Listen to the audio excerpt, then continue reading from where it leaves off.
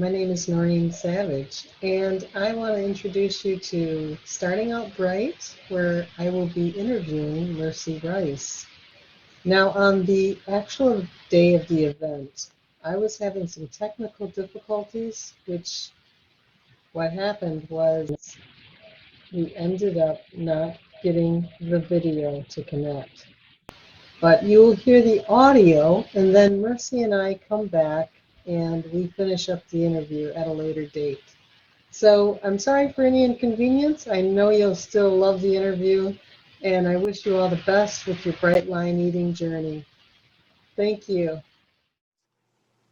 Welcome, and thanks for coming tonight. In case we haven't met before, I'm Noreen Savage, and you may be wondering why I'm doing these Zoom chats. And I've got to say that this guest tonight, Mercy Rice, was my very first guest in July, which is just absolutely amazing. This is the 24th Zoom chat. Yes. So this is, no one's more surprised than me. But anyway, why am I doing this? First of all, I am nobody official with Bright Line Eating. I want to put that out there. So what you're going to hear tonight is just a conversation between two people who are enjoying the program and giving our versions of it, and especially Mercy will share her story. But I just want to tell you a little bit where I am. For those who have been here, I always talk about my friend Lori, but I want to start a little bit differently because you may already know that I found that notice on my friend Lori's Facebook chat or Facebook page by chance last May or 2019. But what you don't know is that where I was at that time. I was at 270 pounds, 5'2", so you know that's a lot of weight. I had tried multiple diets.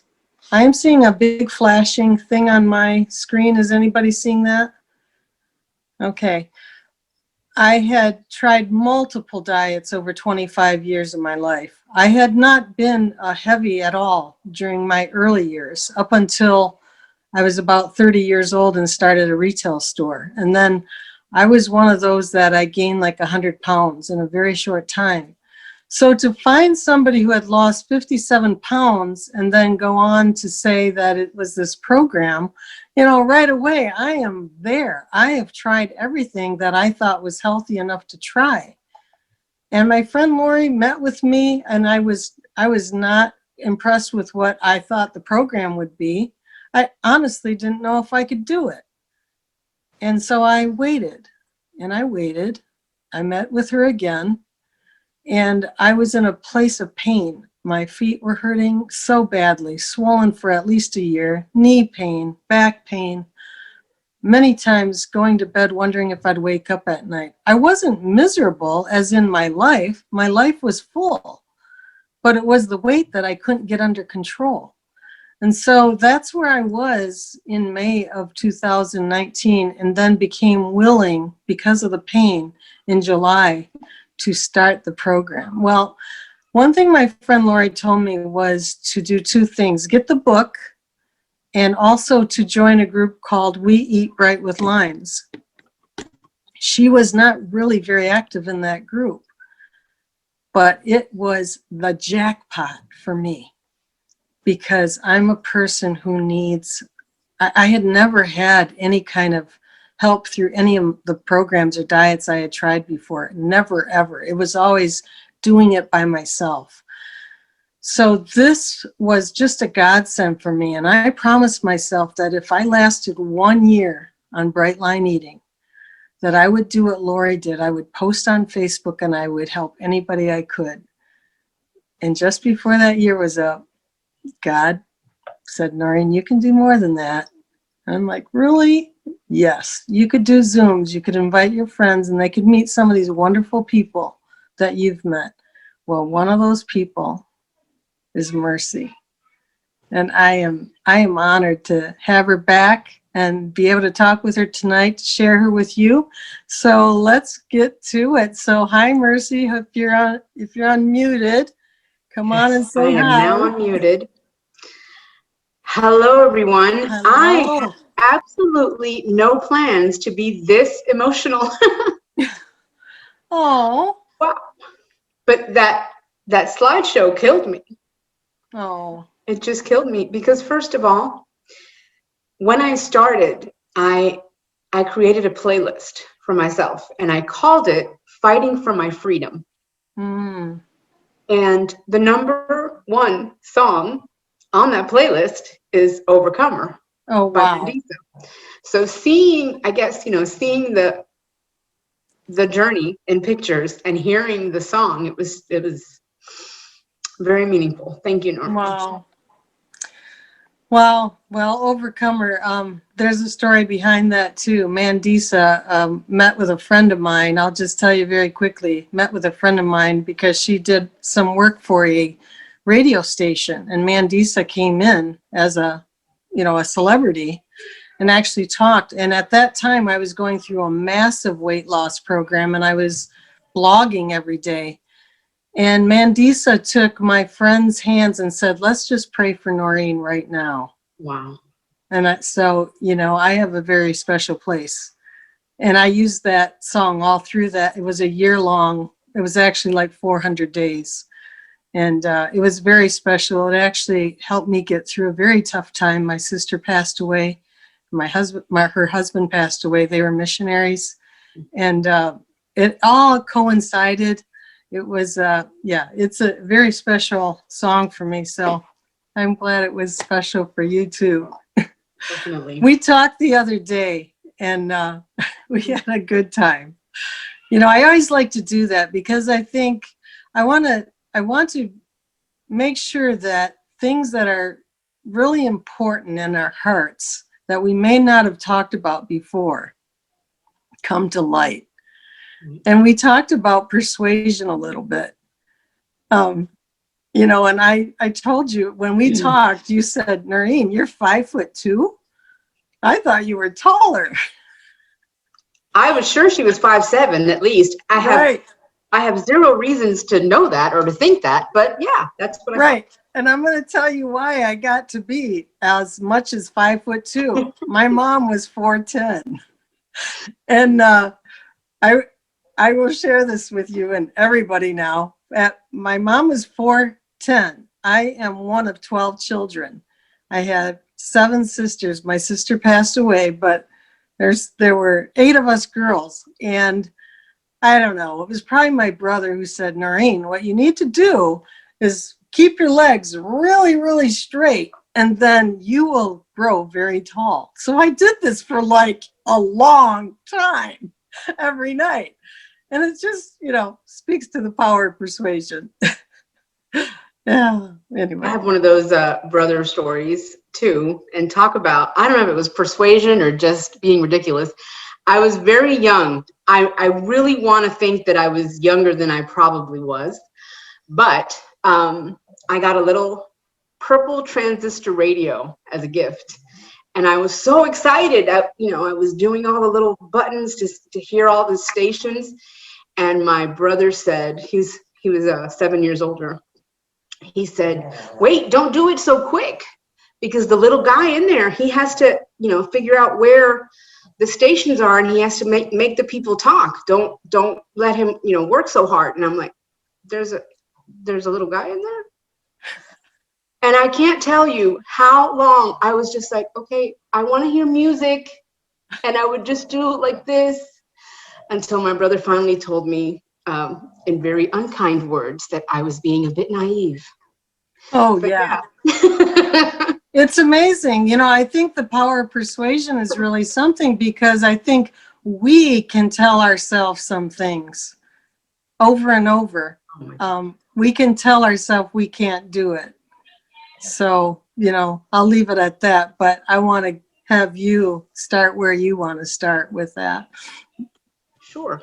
Well, one of the things, when I think of the power of persuasion, I think of how many people I have allowed to speak into my life as if they were experts and told me, Yeah. if you do this, 30-day challenge, this cabbage soup diet, if you count this amount of points, if you do whatever, crazy things that I did in the name of this is what's going to work. And I didn't know if these people were experts or nutritionists or anything. They just told me, I'm sure we've all heard, if I can do it, you can do it too. Okay, well, and that type of persuasion, at least for me, has taken me down a lot of crazy and really dangerous for my health roads. One of the worst ones, I believe, was I was 15 years old and I was reading an article about Elizabeth Taylor. At 15, I don't remember exactly, I'm 5'4", so I tower over Noreen. But at 15, I have no idea. But I was already about maybe like 180 or something like that. I don't remember, honestly, but it was more than it needed to be. But I remember reading this article, and it said that Elizabeth Taylor had ballooned to 152 pounds.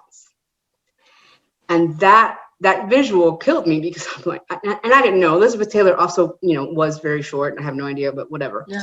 But this ballooning word really, it got me, and it was a shame. It was just shame. And then it went to say how she managed to remove all this weight.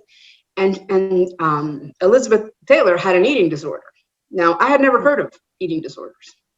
Yeah. Unfortunately, You were 15 at this time? I was 15. I didn't Okay. know anything about any of that.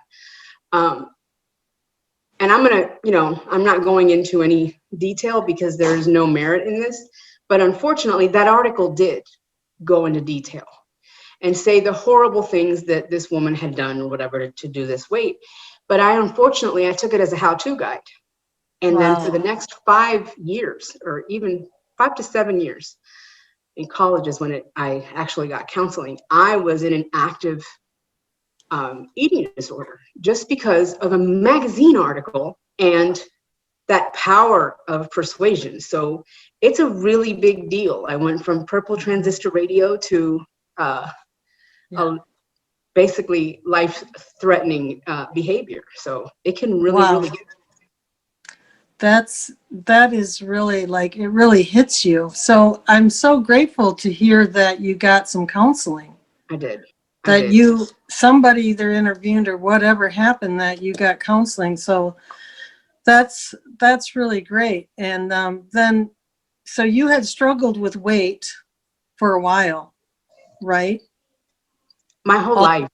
Okay. My whole life. The first incident that I remember understanding that I was different was when I was 3 years old.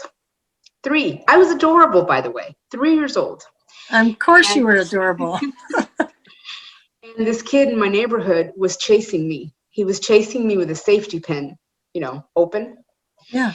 And he was telling me that he wanted to pop me to see what it looked like when he popped me, because I was a balloon, as I was fluffy. Oh, man. So he was chasing me, trying to pop me. That was the first memory that I have, anyway, of what? I'm apparently different at the grand old age of 3. So, yeah. Wow. So then you struggled with the weight.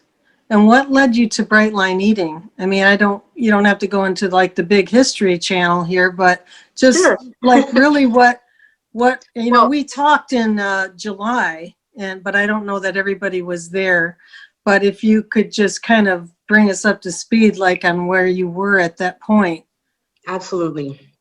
Like I said, and a lot of us can have that story, that I have been struggling with my weight my whole life. Also, I'm a very grateful woman. Like Noreen says, I have a lot to be thankful for in my life. I lead a relatively, great life. I'm very thankful for the things. I have a fabulous husband, and my mom is amazing. And I have my career has been very fulfilling. And then there was that one thing. Yeah. And if anybody has read Susan Pierce Thompson's book, she talks about the same thing. Why can't I just get this one thing? So that really resonated with me when I read that. But I ate no vegetables ever. Not like a little bit. No, I ate no vegetables. I come from a Cuban family, and Cuban, this is a stereotype. I know it's an overstatement, but it's all I know. There was never a vegetable on any of our plates, on our tables. The closest thing we came to that is they would call it, like these plantains that are super delicious. But anyway, they're not necessarily, in Bright Line Eating, they're considered a starch. That'll tell you. They're considered a grain. So I didn't eat vegetables. And I saw one of my friends, she was posting on Instagram, and she would hashtag Bright Line Eating. And I would see all this vegetables and just like really colorful stuff on her plate. And I thought, I wonder what that is. So of course I checked it out. I looked at it and I read. You read the 4 bright lines? The 4 bright lines, and I laughed and I laughed and I deleted that. I'm like, this needs to be deleted from my history. I need to call Facebook. I don't want them to know that I even looked that up. That is ridiculous. I could never do that. And I moved on with my life. Mm-hmm. And, through these months, I believe in my personal story that God was really trying to get my attention at this time. And several months passed by. My father passed away, which was a huge protagonist in the reason why I felt so not enough. And when he passed away, this all just came really full center for me. My weight, I was, again, 5'4". I was I kind of bounced around between like maybe 304 and 310. My knees were killing me. Oh yeah. I could barely, walk for normal amounts of time. Breathing, just so much. And I decided, I was in church, and I'll never forget that. I was just sitting there and I was praying, and I had like this, like a visual, not a vision, a visual that really came before me. And there's a story in the Bible about a woman. She needed healing. She had they call it an issue of blood. And there was a whole bunch of people all crowding around Jesus as he's walking, and she didn't even want to like get his attention. She was just thinking, if I could just touch the hem of his garment, that will heal me. And because she had that faith, and she did. She touched the hem of his garment. People are all around him, pressing against him, and he stopped and he said, "Who touched me?" Now I can just imagine everybody around him going, hello, who didn't touch you? What are you talking about? But he knew that power had gone out from him. And that's always been a very powerful story for me. And I remembered that story, and I saw it kind of like a visual, and I said, Lord, this is it. I am holding on to the hem of your garment, and I am not letting go until you heal me. And nothing happened that day, and nothing happened for a few months, really. I tried different things. I was getting so frustrated, and I think it was just a time for me to understand that in and of myself, trying to control this, I could do nothing. And then Facebook and its algorithm for the win. Dr. Susan Pierce Thompson released a video about this program, and it was shown to me because apparently I had searched for it. So it came to me, and it was that moment, that time. I listened to it again. I got the book. I listened to the book. Then I bought the book. I read the book. I did the 14-day challenge. I was in hook, line, and sinker. My family, my friends, they were watching me eat vegetables, and everybody, and I don't even ask anymore, but everybody was sure that this was going to last, maybe a day, maybe a week. I have a text that I sent to my mother-in-law, and I prepared that text for half an hour, telling her, hey, I'm trying this thing. I'm on day 3. I probably won't last for the rest of the week, but I just wanted you to know this is how you can pray for me. Oh. And it was something that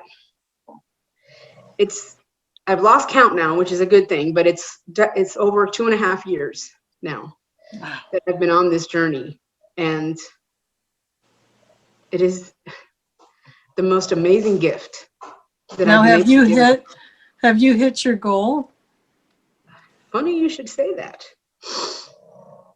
I have no idea what a goal, like a right size body is or any of that, because I've never had that. I don't know what that is. So it was very hard for me to think of what that is. When I thought about making a goal, by the way, if you're hearing snoring, that is my Shih Tzu that is behind me. That is not in any way, shape, or form myself. I am awake and talking. Or me. But my first goal was, I had all my labs, cholesterol and my blood pressure and all that stuff. They were just all out of whack. So I thought, well, I'm going to make my goal that all this stuff is going to be in green, because in my brain, I thought, when all this stuff is green, which means everything is within the numbers and looking great, then of course I have to be thin, right? That's what happens to thin people. Because that would be a miracle. I mean, right? Yeah, there was just nothing. So I did that. I got to that goal when the first time when all those labs came in, everything was green and it was amazing. And I was super excited, and I was still overweight. Like, what happened here? Okay, Right. This is interesting. So, but I had lost a substantial amount of weight. At this point, I've lost a little bit over 100 pounds. I stayed, Wow. I have more to lose for sure. Mm-hmm. But I don't know what that looks like. But I have part of why I've been able to not only lose those 100 pounds, but I've kept at least those off, is because I realized that I had to deal with the emotional side of my weight loss. That is what kept me from losing and keeping weight off in any other program. And because if I'm not dealing with what's driving me to do it, which, with my emotions and my triggers, I'm going to go right back there and then some, because I always lost weight, picked it back up, and it always brought friends, because that's just the way it works. Exactly. And it's kind of funny, and I'm going to mute all and then unmute us, okay?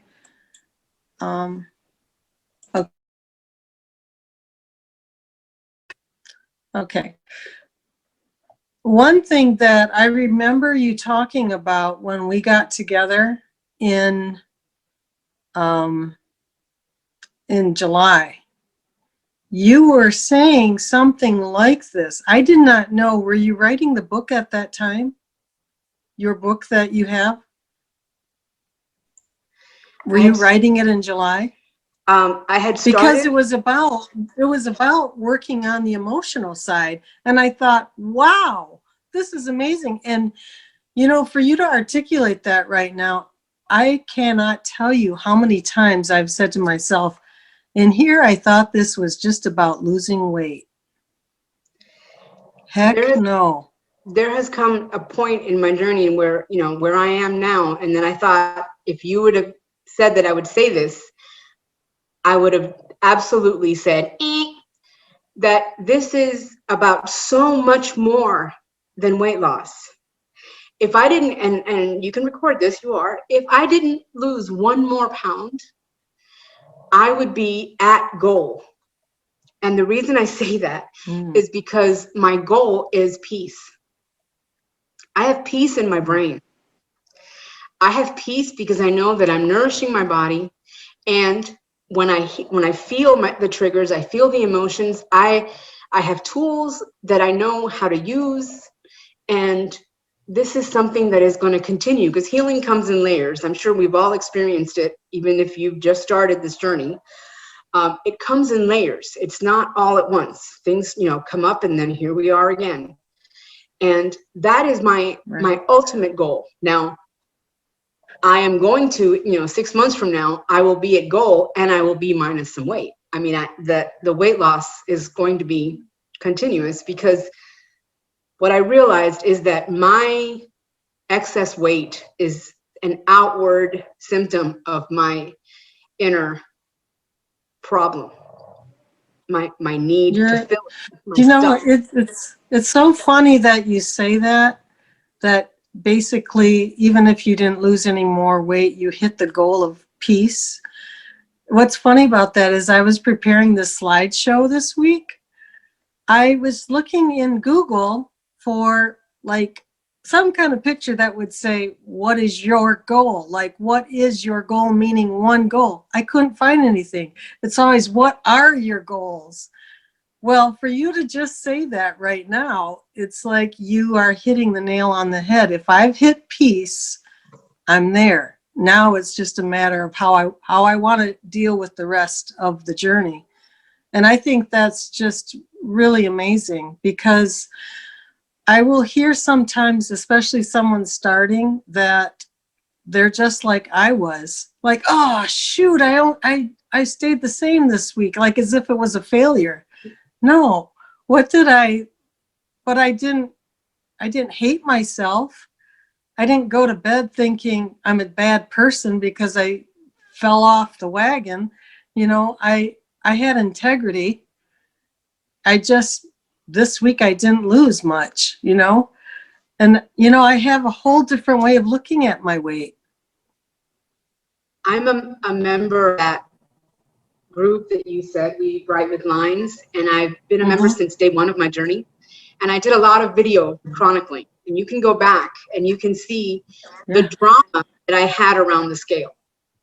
I would pitch fits because if the scale didn't move enough, or if it went up, or I was really tied to this.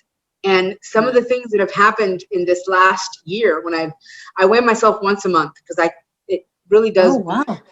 I weigh myself once a month, and my pact, I guess, with myself is I weigh myself once a month, and if I've lost weight, whatever that is, I'm good. Weigh myself the next month.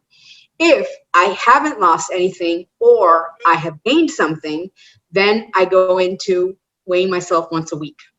And I do it on Wednesday because I know my brain. I can't do it on Friday because then I'm going to think that Saturday I can eat more, and, you know, just like stuff like that, right?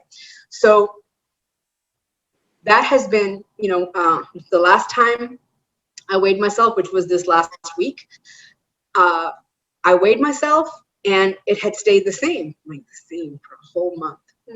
Okay, so my pact with myself, like I said, is now I'm going to weigh myself weekly for the next month.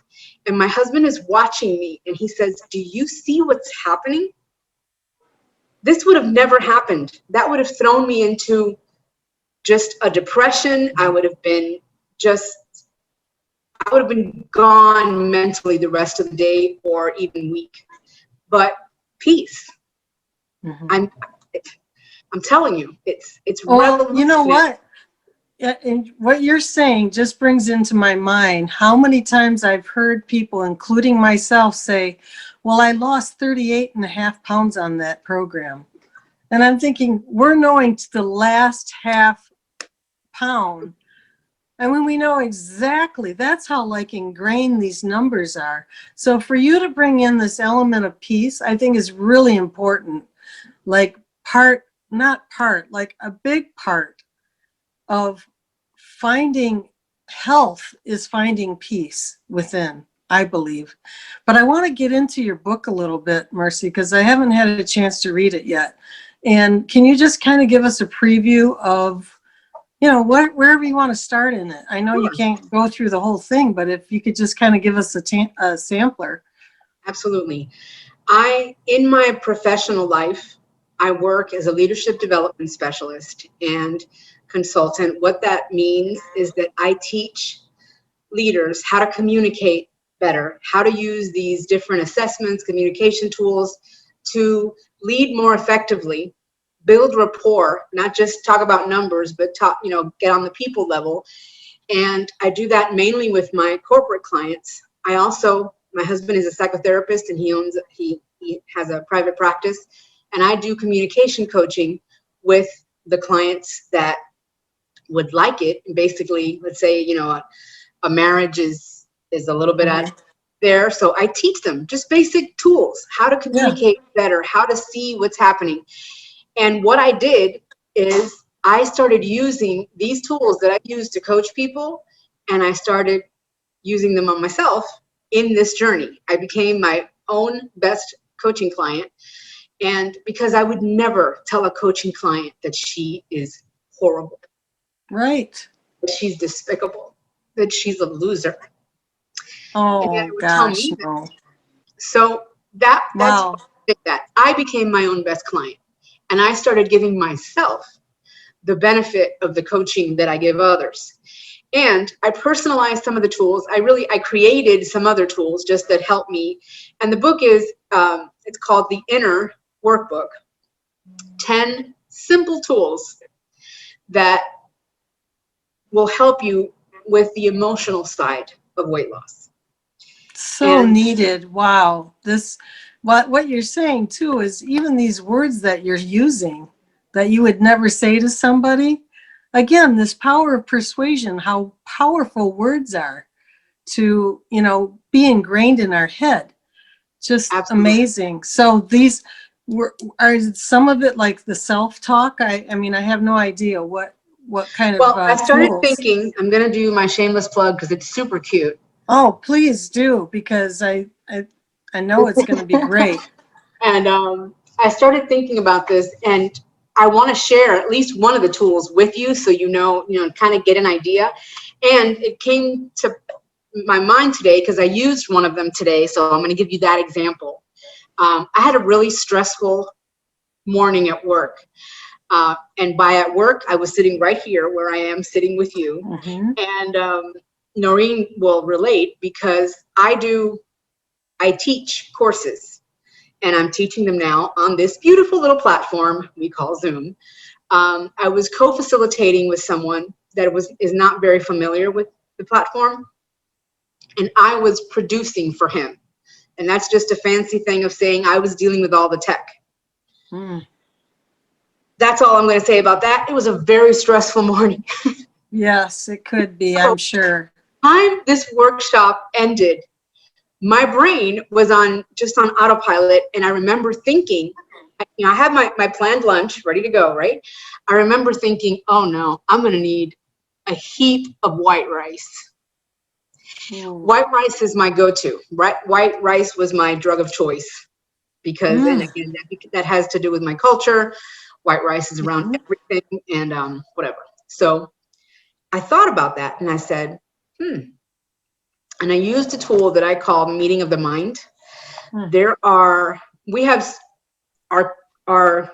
conversations with ourselves that go on in our head, and every conversation, every voice sounds like our own. So we think it's just us, right? That we're just talking. But I've been able to classify different things that come up in my brain. Like, for example, I have a rebel. And that rebel tells me, you know what? Yes, we have a planned food. And what? This is America. We can have something else. It's not a big deal. I mean, what are you going to do? You're going to just be like this and restrict it for the rest of your life? No, girl, live a little. Okay, that's my rebel. Oh, wow. Yeah. She's awesome. She's a lot of fun. Okay. And then I have the bully. The bully is my controller of, oh no, you will eat your planned food because that's why you didn't lose weight, girlfriend, because you, I'm sure, decided to go off, blah, blah, blah. And then she's more like my little bully.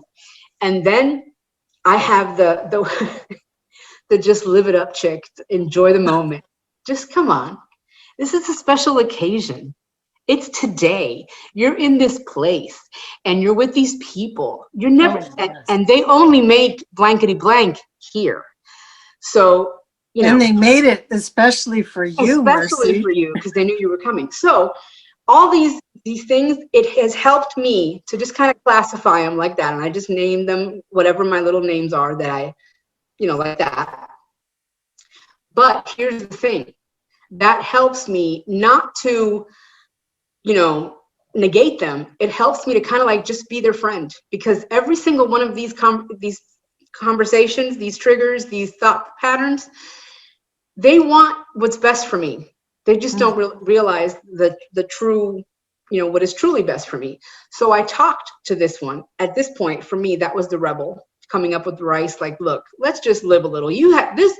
This was ridiculous, and I sat there and I listened for a minute and I said, yeah, honestly, white rice would sound amazing, and there's nothing wrong with white rice, but it's just not gonna help us right now. So what I'm gonna do is I'm gonna eat whatever it was that I had to eat. And it's going to be great, and it's going to nourish us, and then we're just going to relax. We're going to take a walk, and it's going to be okay. And it's going to be okay. And I acknowledged that, yes, I had these feelings, but I talked it through. I didn't just ignore it, because if I ignore it, it's just coming another way. It's coming in another door. It's but I acknowledged it. Yes, white rice would be amazing, and in another context, it will be amazing. I'm not saying that I'm not going to eat it. I eat white rice. Well, I don't eat white rice really anymore. I eat brown rice, but when I do, I have it for breakfast, and it's amazing. Yes. So it's not like, I'm not depriving myself, but that's one of the things. And it's, one of the tools that I used just today. And one of the things that I say in this book is that it took me entirely too long to write this book. I had everything that I was going to say. However, every time I started to do it, and it's not a very big book, but every time I started to write, stuff would come up, because I'm pretty vulnerable in my stories in here. Stuff would start to come up, and I would have to end up using the tools just so I could write about the tools. Wow. That was like, no, I'm out of here. I'm not doing this for a while. And then I'd come back to it. And yeah. I'm totally identifying with everything that you're saying about just that one tool. So I can't wait to be able to dive into it. And is it like it's a reading, you share some stories, and then it's like a workbook? Is that what you're saying? Yes. What you need, and this is a necessity, you also need a fabulous notebook, whatever fabulous means to you. My notebooks always have unicorns on them, because hello, that's what fabulous means to me. But whatever fabulous means to you, because what this is usually what it starts off with, and I have a quick description. So if you're looking for something, you're going to look at it, because you don't have to do, chapter 1, 2, 3, 4. It doesn't have to be like that. It's just, it tells you what the tool is. So a quick description, you can see it. And then I talk a little bit about either how I use the tool or a story from my own life of how I've used this. And then I set it up for you. This is the tool. This is how you do it. And then I was going to put pages for you to actually use this as a workbook and write stuff here, but it became too cost prohibitive. And I don't want to spend, I don't want anybody to spend a lot of money on these books. So I thought, you get a fabulous notebook and you make this happen. You're going to come to the same tools over and over. So I think that's the benefit of having that. That'd be great. Okay, so Mercy, I see in the chat here we have a question, and the question, this actually kind of strikes a chord with me. Okay. The person is asking about what kind of what can you do when you're getting a compliment and you feel like uneasy about it? What do you suggest about that? First of all, that is so common, and I would have never realized, but it is. Fear of success is a funny thing. We always think about fear of failure, but fear of success is very real. And for me, it showed up like that at times. I got to a point where I experienced everything. If somebody said, if they said, oh my gosh, you're looking great, you've lost so much weight, I would get mad. If somebody didn't mention my weight loss and I know that they haven't seen me in a long time, I would get mad. And I had to work through that, because it was not about the person, regardless, but it was through, me. And one of the reasons that I would get uneasy is because it felt, first of all, I was starting to feel seen. Because with a lot of my weight, I felt more invisible, and I was really happy with that. Not that I could ever be invisible, because let's be clear, I am a personality, but my weight was kind of like a defense mechanism. Go this far and no further. I felt people were getting closer, and I didn't like that. And then when they said, hey, you look great, in my brain, it says, well, what did I look like before? Why are you, people that didn't talk to me, this was really weird, like at work and stuff, people that never talked to me before were coming up to me and saying things. And I'm like, what in the world is different from me? So that kind of hurt. And then it was like, well, what if I gain all my weight back? That means I go back to being not looking good. That means I go back to being what? So there's a lot of feelings in that. But what I would say is just to really feel those feelings, write it down. It doesn't matter how silly it may sound to you, or it's so important because those feelings are telling you something. You're working stuff out, and they will continue to change, but it's important to understand why they exist and what you're learning about yourself. I would like to add to that an actual practical strategy that I just kind of fell into. When I joined the We Eat Bright with Lines, I had not started Bright Line eating yet. I was just kind of, on the sidelines watching and, like, is this a for real thing? And somebody posted like a train of then and now pictures, and I was so impressed, and I was actually moved by these people just sharing that they had lost all this weight. And there was this glimmer of hope that just lit a spark in my soul that I could do this. And here's the proof. So when I finally got started, I was maybe about 15 pounds in the journey. And I had someone take a picture of me, a side by side, the then and now, like everybody was showing. And I did a little post with it. And I remember saying something like, and you might have been one of the people who actually noted on this. And like, I was. You can't see it. You cannot see the difference. I thought 15 pounds later. You cannot see the difference, but it's there because it's in my brain. And the comments I got, I mean, number one, I was not used to compliments. At 270, you don't get a lot. And even when I was really young and had slim, I didn't get a lot of compliments, I would say. I just wasn't comfortable with them. But that made me think, I need to do this more often. I need to get comfortable with being uncomfortable, getting these compliments. And I don't know, what do you think about that, Mercy, for a strategy? I love that strategy, and I love the fact that you call it then and now, because that was the biggest problem I had with those pictures, was considering them before and after pictures. Because again, thinking about loving myself, I loved myself when I weighed 304 pounds. When I weighed 304 pounds, I was a worthy child of the king. Yes. And I don't like the phrase before and after, because it's before what? Like what was, and that's just me. I get a little crazy with words. But then and now, it's a great way to see it and to see it objectively. The fact is that then you had more body mass and your gravity pull was greater to the earth than it is now. That's truth. And for us to see it, it really, solidifies, because especially if you come from bigger numbers, from larger numbers, and you start to lose this weight. And when you remove, let me personalize this, when I removed sugar and flour from my diet, at first the weight started coming off, pretty quick. And then it started not coming off quickly, but that's a whole other story. But still, according to me, by the way, But anyway, it was a shift that I didn't ever expect to happen. Over 100 pounds in about a year and a half. That's a lot. So my brain hadn't caught up with it. So seeing then and now pictures, even every once in a while now, and I think I've decided this, Noreen. I've decided that maybe I'd like to lose like another 40 pounds.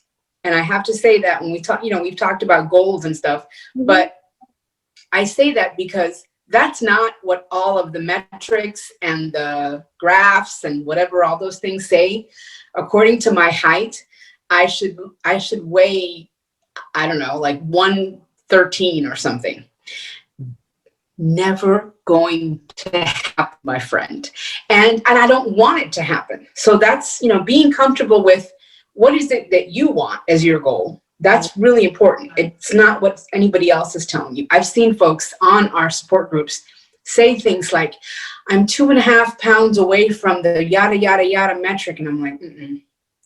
And I want to say something here too, is that it's really important, at least for me, because I know people on this call even who, if you looked at them, they would look like, why would you even want to lose weight? Why would you want to do something so extreme as bright line eating? But they have their reasons.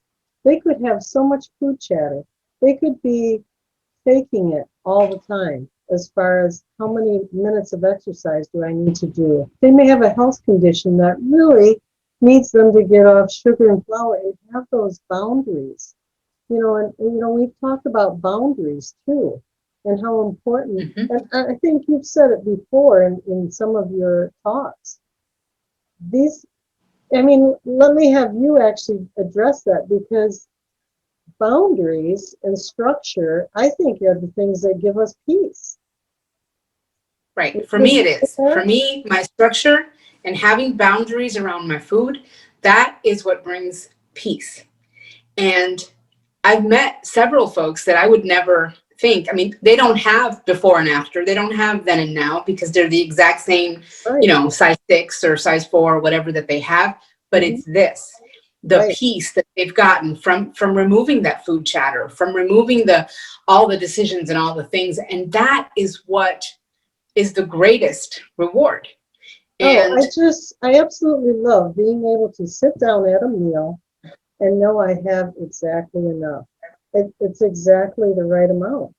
And I feel such a peace about that. There's no like, I wonder if I have a second helping, if I can stay within the confines of the points. No, I know I weighed it, I measured it. This is exactly right. And it's for me, this is what brings peace. Yes. So, do you have anything more that you'd like to share about your book, though? There's just so much there, and I know that we're just getting like a glimpse of it. Well, I shared some of it the first time, and I know that obviously this is, I don't think it's a surprise. We're putting this stuff together. We had one part of the conversation first, and now we're having the second part because, technical difficulties. Right. But I think it's the perfect thing, because we talked about this book, and here it is. Isn't it cute? We talked about this book, but I need you to understand that I didn't just write the book and think it's a cute idea because I want to tell all of you how I got through my emotional drama with weight loss. I used this book, and now I love the fact that it's in writing, so I can come to it and I can see it. Right after we had our first call, and I had talked about having peace, that my goal is peace, that very next, I think it was the very next morning, I woke up and I had anything but peace. I had, the fear of success, the overwhelm. That happens to me when people start complimenting, and it wasn't necessarily myself, but complimenting on the book, and, oh, you must be so excited, and all this stuff coming out again. I started wanting to make deals with my food, and I realized, and it was 24 hours of just horrible stuff going on in my head, and thinking, what is it? Do you have peace or not? Did you tell those people a lie or not? It was amazing where my brain went. And I got to tell you, I'm so grateful for this opportunity, because you need to know the last thing I said on that other tape that I guess is not, or that other video that may or may not have gotten in here somewhere, is that isolation is destruction. We need each other. And I could have kept that to myself. I worked with my, I have friends that I call, what I call in real life, and I connected and I prayed and I had my support. But I want you to know that. I want you to know what I went through the very next morning after I had this conversation with Noreen, because that's what happens. Our brain gets triggered because of different things, and we can't expect it. We don't know it all the time.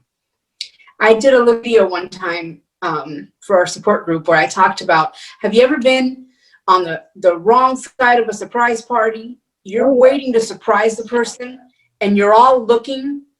All of you are waiting, and they're going to come in the front door, and you're going to yell, surprise. And then as you're all waiting, the person that's going to be surprised comes in the side door and surprises you. Well, that visual I talked when I said, if you're expecting a craving, you're expecting a trigger to maybe come like around a holiday or around a birthday or around something special, you're expecting it to come one way and it comes and slaps you somewhere else or at another time. That's what happened to me that day. I was the surprised one in this surprise party, but I'm so excited that I get to tell you, this is not a thing that we're just, okay, no sugar, no flour, we're done now. No, because that's not the magic recipe. The magic recipe is figuring out the triggers and working through them. And that's what, I know you asked me about the book, that I wrote down 10 simple tools to help you figure it out, to go through and say, okay, so let's work on this one. It's not a book that you have to read from beginning to end. You do, and I have this wonderful aura about me now as the sun is setting, but it's not something you have to read from beginning to end. It's tools that will help you in different times, different, triggers, different emotions. And everyone is on this journey, and this journey is forever. And you know what? There's something else that I wanted to discuss, because I know the last time we were ending it, you asked me if there was one last thing I wanted to say, and I talked about isolation not being a friend when we have these triggers and we have these emotional reactions, that it's important to reach out. But another thing that I really want anybody either starting this journey or as we continue to understand is this is a forever journey. And I wanted to ask that question. If I told you, if I told you that this journey that you're currently on or just starting or whatever is forever, what would your reaction be? And whatever that reaction is, that's where you need to start on the emotional side of weight loss. Because for me, the fact that I know it's a forever journey brings me joy.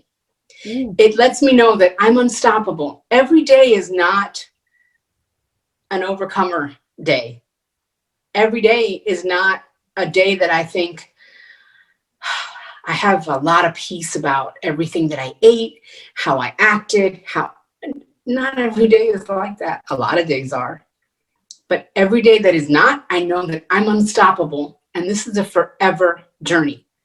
So that's one thing I'd really like to just leave on the table, asking yourself, how do you feel about the fact that this is a forever journey? Every emotion has layers. It's not just a one and done. And I want to say something about food, Mercy, too, because when I got started with this, I really thought about the weight. But as the weight, even there were moments, I had some stops along the way. I'm actually at a stop right now. I'm close to 200 now, starting from 270, and I'm very close to 200, and I keep self-sabotaging. And I know there's the mental block that I have to get through that.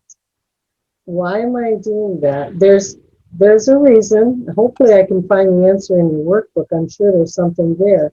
It could be the fear of success, because I've dealt with that many times in the past.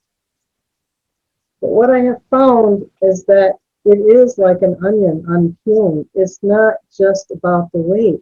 There is something underneath that has to be dug out, that has to be dealt with, that we have to deal with these feelings of fear of success, fear of failure, fear of being noticed, whatever they are. we're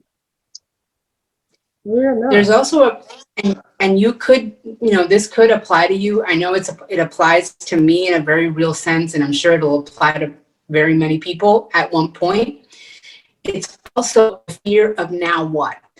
Yeah. For a person that has been struggling with their weight their entire life, to get to a point, whatever that point is, where you feel comfortable in your physical body, where that concept of I have to lose weight is not there anymore. Right. Now what? Right. Now what is your goal in life? Now what is your major target, major objective? What is your excuse now? Mm-hmm. And I did a blog today. I do a vlog, a video log, whatever. Every 2 weeks I release that. And today's, the one I sent out today, the question is, what were you put on this earth to do? And the spoiler alert is, it's not to lose weight. Right. A lot of us have this is just what we do. We don't say, I was put on this earth to lose weight, but it's our life encompassing goal. So now what? What happens when you're on the other side of that 200, Noreen? What happens when you get to whatever it is that you're thinking your goal is? And then you're done and you're on maintenance. Now what? So that now what concept puts a lot of people in that self-sabotage. Just saying. I think we could talk about this forever. I do want to, we're going to have to wrap it up, but can you share just a couple of the non-scale victories you've had before we close out? For those who are brand new, what can they look forward to maybe? My very favorite non-scale victory was in the times before COVID, I would travel a lot for work. And I always needed a seatbelt extender. And it was so humiliating having to ask for that on every flight that I actually went on eBay and I bought one. I bought an extender that I would bring myself, because every time it was always, it was just like this walk of shame, this humiliation, this people, bringing it over, and depending on the attitude of the flight attendant is how I received it. And so that was just horrible. I will say for the first flight I got on. Okay. Huh? The first flight I got on, when I went and I got it up and I looked like, wait, this might just happen. And it clicked. No seatbelt extender needed. Wow. That was one of the most amazing moments in all of my history, in all of my journey so far with Bright Line Eating. I just sat there and cried. The guy next to me probably thought he was sitting next to a crazy person, and he wasn't wrong. But I was so excited. I took a picture. That's on We Bright with Lines. I took a selfie. I took a picture of the seatbelt, and it was amazing. And my other one that I think about a lot is I had always had an excuse. My husband is very active and he loves to do all kinds of outdoorsy things. And I was just afraid because of my weight and I really couldn't do a lot of things. So we took a cruise, and I don't remember exactly how much I had lost by that time, but we took a cruise and I requested to go parasailing. And that definitely has a weight limit. And I went in there. And I knew I was going to be under the weight, but my brain still thought they're going to throw you off this ride, or this place, I've been thrown off rides before because of my weight. And just to be able to get on there, and my weight was not a problem at all, and I was able to parasail on my birthday. That feeling, I was terrified, but it wasn't because of my weight, I was just terrified. But that feeling was so exhilarating that I was living. And a sad part of that is that on the boat, they take several passengers on the boat. On the boat where we were going, taking turns to go parasailing, there was a young lady. She had to be early 20s, and she was with her family, and every other member of her family was taking turns doing the parasailing, and she wasn't. And I said, "Girl, why aren't you coming?" She's like, my weight. Yeah, well, I was on the receiving end of that on a vacation once, and the person just looked at me and said, "Muy grande."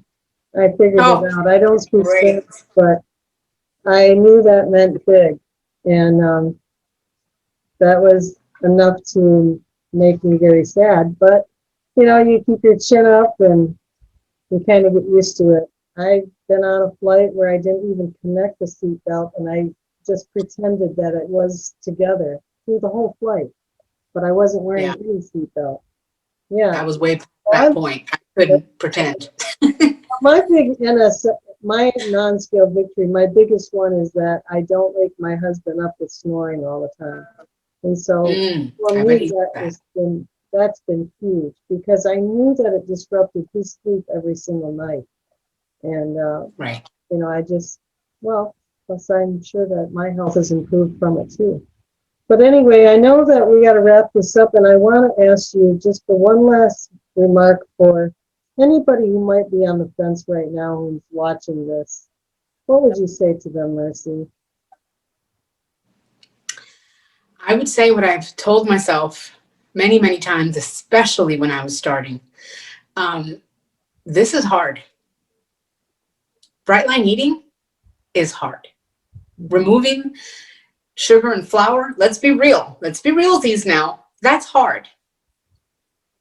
Also, being overweight is hard. Having to figure out what you're going to wear because nothing fits is hard. Being out of everyone, out of your comfort zone because you can't fit here or you can't go there or you're going to be the odd person out, that is hard. So I'm encouraging you to choose your hard. You've been choosing the hard of the overweight person. Take a chance. Choose the hard of removing some stuff that's going to make your body feel amazing and you're going to see results. Choose your hard. And you'll love your vegetables, and everything will be well in the world. All will be well, Mercy, you're except so amazing. Brussels sprouts. I tell you what, you've brought so much joy to so many people on this hard journey, which also turns out to be a beautiful journey. There are some bumps in the road. Yes, Let's face it, there are so many bumps in the road the other way too, as you regardless, mentioned. So, absolutely. you know, I've been so joyed really from meeting you and other people who have embraced this lifestyle.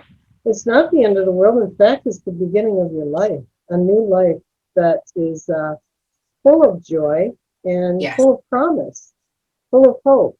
And you alone absolutely. are enough to do this. So no matter how hard it is, as Mercy said, reach out to others. You don't have to do it alone. There's support everywhere and so much And it's support. hard. I say it's hard. It's hard at first. I mean, thinking about stuff like this, it really does become less and less hard and it becomes more and more enjoyable. And the friends you get along the way, it's just a happy, happy bonus.